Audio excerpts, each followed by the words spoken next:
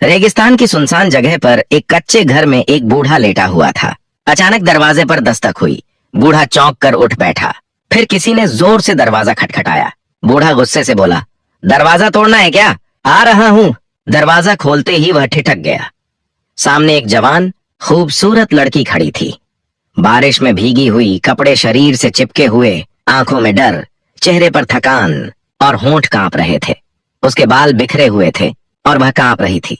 बूढ़े ने हैरानी से पूछा, तुम कौन हो? यहाँ रेगिस्तान में अकेली क्या कर रही हो? लड़की ने कांपती आवाज में कहा, मुझे अंदर आने दो, मैं तुम्हारे साथ रहना चाहती हूँ। बूढ़ा पीछे हट गया। पेशानी पर बल पड़ गए। मेरे साथ? लेकिन क्यों? तुम हो कौन? लड़की ने कोई जवाब नहीं दिया, बस एक नजर उसके चेहरे पर डाली और जबरदस्ती अंदर चली गई। बूढ़ा हैरान रह गया और गुस्से से बोला, तुम कौन हो और तुम्हारी इतनी हिम्मत कि मेरे घर में यूं घुस आई हो? अगर किसी ने देख लिया तो लोग क्या सोचेंगे? एक जवान लड़की एक बूढ़े के साथ रह रही है। लड़की, जिसका नाम निशा था, बूढ़े का हाथ पकड़कर रोने लगी। मेरा इस दुनिया में कोई नहीं रहा। 2 दिन पहले मेरी शादी हुई थी, लेकिन मेरे पति की मौत हो गई। ससुराल वालों ने मुझे मनहूस कहकर घर से निकाल दिया। कहने लगे, तुम हमारे बेटे को खा गई हो। बूढ़े की आंखों में नरमी आ गई, लेकिन वह चुप रहा। निशा ने बात जारी रखी, मैं अपने मायके गई तो उन्होंने कहा, तुम्हारा घर अब ससुराल है, वापस वहीं जाओ। मैंने अपनी सास से मिन्नतें की, कहा मेरा क्या कसूर है, लेकिन उन्होंने भी धक्के देकर निकाल दिया। बूढ़े ने गहरी सांस ली और धीरे से कहा, ठीक है बेटी, तुम यहाँ रह सकती हो जब तक चाहो, लेकिन अगर किसी ने देख लिया तो लोग बातें करेंगे। निशा ने सिर झुका लिया और एक कोने में जाकर बैठ गई। बारिश अब थम चुकी थी, लेकिन उसके कपड़े अभी भी भीगे हुए थे। बूढ़े ने उसे एक चादर दी और कहा, ये ले लो, ठंड लग जाएगी। अगले दिन निशा ने बूढ़े के लिए चाय बनाई। वह चुपचाप उसके पास आई और कहा, चाय पी लीजिए। बूढ़े ने हैरानी से देखा, तुमने बनाई है? निशा ने मुस्कुराकर सिर हिला दिया। समय गुजरता गया। निशा धीरे धीरे बूढ़े के करीब आने लगी। कभी उसके पैर दबाती, कभी उसका हाथ पकड़कर जबरदस्ती अपने पास बैठा लेती। वह बूढ़े का सिर दबाती, तेल लगाकर मालिश करती। बूढ़ा पहले तो झिझकता रहा, लेकिन फिर उसने निशा को बेटी के बजाय निशा कहना शुरू कर दिया। शायद उसके दिल में भी कोई जज्बा जाग उठा था। रात को जब बूढ़ा सो जाता, निशा उसके पास आकर बैठ जाती और घंटों तक उसे देखती रहती। उसकी आंखों में एक अजीब सी चमक होती, जैसे वह किसी खोई हुई दुनिया को तलाश रही हो। एक दिन बूढ़े ने निशा से पूछा, तुम्हें यहाँ कैसा लग रहा है? निशा ने धीरे से कहा, यहाँ सुकून है। तुम्हारे पास आकर मुझे ऐसा लगता है जैसे मैं सुरक्षित हूँ। बूढ़े ने नजरें झुका लीं। वह उस एहसास से लड़ रहा था जो उसके दिल में जन्म ले रहा था। एक बूढ़ा व्यक्ति जिसने मोहब्बत को बरसों पहले दफन कर दिया था, अब एक जवान लड़की की मौजूदगी से बेचैन हो रहा था। निशा ने एक दिन बूढ़े के हाथ पकड़कर कहा, तुम बहुत अच्छे हो। दुनिया में सबने मुझे ठुकराया, लेकिन तुमने मुझे पनाह दी। बूढ़े ने कुछ कहना चाहा, लेकिन शब्द उसके होठों पर आकर रुक गए। निशा ने मुस्कुराकर कहा, क्या मैं तुम्हारे लिए कुछ बना लूं? खाने में क्या पसंद है? बूढ़े ने पहली बार दिल से मुस्कुराकर कहा, जो तुम बनाओगी वही पसंद आएगा। अब निशा रोज बूढ़े के लिए खाना बनाती, उसके कपड़े धोती और घर की सफाई करती। वह एक पत्नी की तरह उसके साथ रहने लगी, लेकिन उनके बीच कोई रिश्ता नहीं था, बस एक खामोशी, एक कुर्बत, एक एहसास। बूढ़े ने महसूस किया कि निशा की मौजूदगी ने उसकी जिंदगी में रंग भर दिए हैं। वह जो बरसों से तन्हा था, अब उसके दिल में एक चमक थी, एक उम्मीद थी। लेकिन वह जानता था, यह सब अस्थाई है। दुनिया की नजरों में यह रिश्ता अजीब है, नामंजूर है। एक रात जब चांदनी रेत पर चमक रही थी, निशा बूढ़े के पास आई और उसके करीब बैठ गई। क्या तुम्हें कभी मोहब्बत हुई थी? उसने पूछा। बूढ़े ने लंबी खामोशी के बाद कहा, हाँ, बहुत साल पहले, लेकिन वह मोहब्बत वक्त के साथ मिट्टी में दफन हो गई। निशा ने धीरे से कहा, शायद मोहब्बत कभी मरती नहीं, बस छिप जाती है और किसी दिन फिर से जाग उठती है। बूढ़े ने उसकी तरफ देखा और पहली बार उसकी आंखों में वह चमक नजर आई जो बरसों पहले किसी और के लिए थी। निशा ने उसका हाथ थामा और कहा, मैं यहाँ रहना चाहती हूँ, हमेशा। बूढ़े ने कुछ न कहा, बस आसमान की तरफ देखा, जैसे किसी जवाब की तलाश में हो। फकीर बख्श की जिंदगी में निशा की आमद एक अजीब सी तब्दीली ले आई थी। वह जो बरसों से तन्हाई का आदी था, अब हर सुबह निशा की आवाज से जागता, हर शाम उसकी मौजूदगी से सुकून पाता। निशा ने घर को संवारना शुरू कर दिया था। कच्चे आंगन में झाड़ू लगाती, दीवारों पर कपड़ा फेरती और रसोई में कुछ न कुछ पकाती रहती। फकीर बख्श अक्सर उसे देखता रहता, खामोशी से। उसके दिल में एक अजीब सी खींच पैदा हो गई थी। वह जानता था कि निशा जवान है, खूबसूरत है और वह खुद एक बूढ़ा, थका हुआ शख्स। लेकिन दिल के जज्बात उम्र नहीं देखते। एक दिन निशा ने फकीर बख्श के लिए पराठे बनाए। वह थाली लेकर आई और कहा, आज कुछ खास बनाया है। फकीर बख्श ने मुस्कुराकर कहा, खास? मेरे लिए? निशा ने शरारत से कहा, और किसके लिए? यहाँ और कौन है? फकीर बख्श ने पराठा उठाया और एक निवाला लेते ही रुक गया। ये तो बहुत मजेदार है। निशा ने खुश होकर कहा, बस आपकी तारीफ ही काफी है। दिन गुजरते गए। निशा अब फकीर बख्श के साथ बैठकर बातें करती, उसकी पुरानी यादें सुनती और कभी कभी उसके कंधे पर सिर रखकर चुप हो जाती। फकीर बख्श के दिल में एक नरम कोना बन चुका था।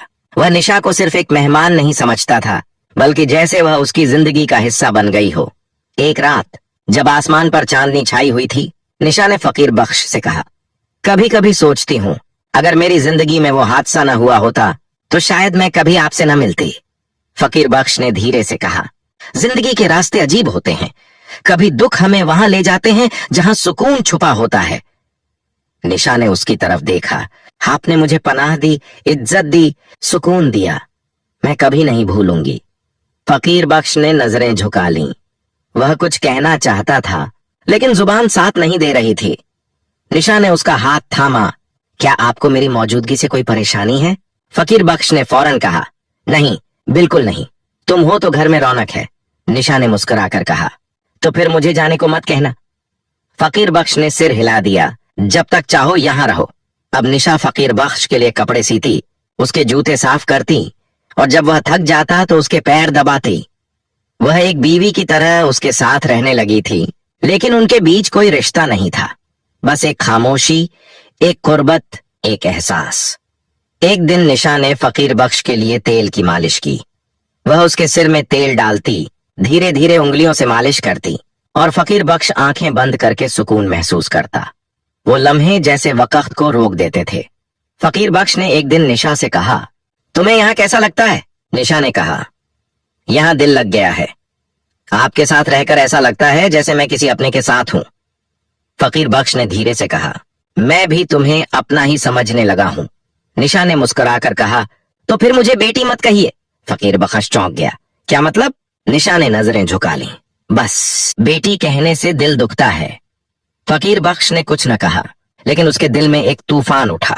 वह जानता था कि निशा के दिल में कुछ है और शायद उसके दिल में भी। एक दिन निशा ने फकीर बख्श के लिए एक छोटा सा तोहफा बनाया, एक कपड़े का रूमाल जिस पर उसने हाथ से फकीर बख्श का नाम कढ़ाई से लिखा था। वह रूमाल लेकर आई और कहा, ये आपके लिए। फकीर बख्श ने रूमाल देखा और आंखों में नमी आ गई।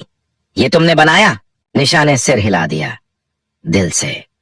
फकीर बख्श ने रूमाल को सीने से लगा लिया। शुक्रिया निशा। अब वह उसे निशा कहकर बुलाता था, बेटी नहीं। निशा भी फकीर बख्श को बाबा कहना छोड़ चुकी थी। वह अब सिर्फ आप कहती थी और कभी कभी फकीर बख्श। एक रात जब फकीर बख्श सो रहा था, निशा उसके पास आई और धीरे से उसका चेहरा देखा। वह घंटों तक उसे देखती रही, जैसे उसके चेहरे में कोई कहानी पढ़ रही हो। फकीर बख्श ने आंखें खोली। निशा, तुम जाग रही हो? निशा ने कहा, हाँ, बस आपको देख रही थी। फकीर बख्श ने धीरे से कहा, क्या देख रही थी? निशा ने कहा, एक ऐसा चेहरा जिसने मुझे जिंदगी दी। फकीर बख्श ने कुछ न कहा, बस आंखें बंद कर लीं। लेकिन उसके दिल में एक अजीब सी गर्मी थी, जैसे मोहब्बत ने फिर से जन्म लिया हो। फकीर बख्श की जिंदगी में निशा अब सिर्फ एक मेहमान नहीं रही थी। वह उसके दिनों की रोशनी, रातों की खामोशी और दिल की धड़कन बन चुकी थी। रेगिस्तान की तन्हाई में दोनों एक दूसरे के साए बन गए थे। निशा अब फकीर बख्श के बिना एक पल भी न रहती और फकीर बख्श भी उसकी मौजूदगी के बिना अधूरा महसूस करता। एक दिन निशा ने फकीर बख्श से कहा, कभी कभी सोचती हूँ अगर वक्त ठहर जाए तो कैसा हो? फकीर बख्श ने धीरे से कहा, वक्त तो नहीं ठहरता, लेकिन कुछ लम्हे दिल में हमेशा के लिए रुक जाते हैं। निशा ने उसकी तरफ देखा। क्या मेरे साथ गुजरा हर लम्हा आपके दिल में है? फकीर बख्श ने नजरें झुका ली। तुम हो तो दिल धड़कता है। निशा मुस्कुराई। तो फिर मुझे जाने को मत कहना। फकीर बख्श ने सिर हिलाया। जब तक तुम चाहो ये घर तुम्हारा है। लेकिन दुनिया की नजरें अब उन पर पड़ने लगी थीं। करीबी गांव के कुछ लोग जो कभी कभार रेगिस्तान से गुजरते थे, निशा को फकीर बख्श के साथ देखने लगे थे। बातें होने लगीं, फुसफुसाहटें शुरू हो गईं। एक दिन एक बूढ़ी औरत फकीर बख्श के घर आई और बोली, फकीर बख्श, लोग बातें कर रहे हैं। कहते हैं तुमने एक जवान लड़की को अपने घर में रखा हुआ है। फकीर बख्श ने शांत लहजे में जवाब दिया, उसे पनाह दी है, इज्जत दी है। बूढ़ी औरत ने तंज से कहा, इज्जत या कुछ और? फकीर बख्श ने दरवाजा बंद कर दिया, लेकिन उसके दिल में एक कांटा चुभ गया। निशा ने सब कुछ सुन लिया था। वह फकीर बख्श के पास आई और बोली, अगर मेरी मौजूदगी आपके लिए बोझ बन रही है तो मैं चली जाती हूँ। फकीर बख्श ने तुरंत कहा, नहीं, तुम कहीं नहीं जाओगी। निशा की आंखों में आंसू आ गए। लोग बातें कर रहे हैं, आपकी इज्जत को नुकसान पहुंच रहा है। फकीर बख्श ने उसका हाथ थामा। तुम मेरी इज्जत हो, निशा ने धीरे से कहा। तो फिर मुझे अपना लो। फकीर बख्श चौंक गया। क्या मतलब? निशा ने नजरें झुका ली। शादी कर लो मुझसे, ताकि दुनिया को जवाब मिल जाए। फकीर बख्श ने लंबी खामोशी के बाद कहा, मैं बूढ़ा हूं, तुम जवान हो। लोग कहेंगे मैंने तुम्हें पनाह देकर फायदा उठाया। निशा ने कहा, लोग तो वैसे भी बातें कर रहे हैं, लेकिन अगर हम एक दूसरे के लिए हैं तो रिश्ता क्यों नहीं? फकीर बख्श ने आसमान की तरफ देखा, जैसे किसी इशारे की तलाश में हो। फिर धीरे से बोला, अगर तुम तैयार हो तो मैं भी तैयार हूं। अगले दिन फकीर बख्श और निशा ने सादगी से निकाह कर लिया। न कोई गवाह था, न कोई रस्म, बस दो दिलों का वादा था। रेगिस्तान की खामोशी ने उनके रिश्ते की गवाही दी। अब निशा फकीर बख्श की बीवी थी। वह पहले से ज्यादा मोहब्बत से उसका ख्याल रखती, उसके लिए खाना बनाती, उसके कपड़े सीती और रात को उसके साथ बैठकर तारों की बातें करती। फकीर बख्श ने महसूस किया कि उसकी जिंदगी का जो खालीपन था वो भर गया है। निशा ने उसे जीने का नया मकसद दिया था, लेकिन वक्त कभी एक जैसा नहीं रहता। एक दिन फकीर बख्श की तबीयत खराब हो गई। वह बुखार में तप रहा था और निशा उसके पास बैठी उसका माथा पोंछ रही थी, दवा दे रही थी और दुआएं मांग रही थी। फकीर बख्श ने कमजोर आवाज में कहा, निशा, अगर मैं न रहा तो तुम क्या करोगी? निशा ने आंसुओं से भरी आंखों से कहा, आपके बिना कुछ नहीं। फकीर बख्श ने धीरे से कहा, जीना सीखो मेरे लिए। निशा ने उसका हाथ थामा। आपके बिना जीना मुमकिन नहीं। फकीर बख्श मुस्कुराया। मोहब्बत में कुर्बानी होती है, जुदाई भी, निशा ने कहा, लेकिन मेरी मोहब्बत में सिर्फ आप हैं। कुछ दिनों बाद फकीर बख्श की हालत और बिगड़ गई। निशा ने गांव से हकीम बुलाया, लेकिन सब बेअसर रहा। फकीर बख्श की सांसें कमजोर पड़ने लगीं। आखिरी रात निशा उसके पास बैठी थी। फकीर बख्श ने धीरे से कहा, निशा, तुमने मुझे जिंदगी दी, तुम मेरी आखिरी खुशी हो। निशा रोते हुए बोली, आप मेरे सब कुछ हैं। फकीर बख्श मुस्कुराया, आंखें बंद की और हमेशा के लिए सो गया। निशा ने उसकी कब्र रेगिस्तान में बनाई, जहां वह पहली बार आई थी। वह रोज उसकी कब्र पर जाती, फूल रखती और कहती, तुम मेरे हो हमेशा के लिए।